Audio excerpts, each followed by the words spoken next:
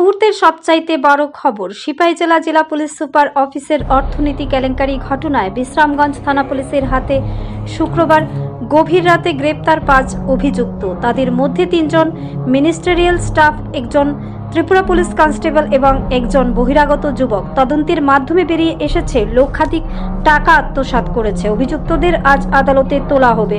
অভিযুক্তরা হলো জন দেববর্মা, সুচিত্রা সিনহা, খোকন দে, কনস্টেবল হরিনাথ দেববর্মা, বহিরাগত যুবক খনিলাল দেববর্মা। জানা যায় 15 লক্ষ টাকা অসাধু উপায়ে আত্মসাৎ করেছেন অভিযুক্তরা।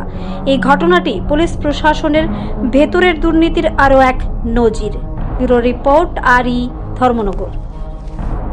Bureau report, national live Bangla.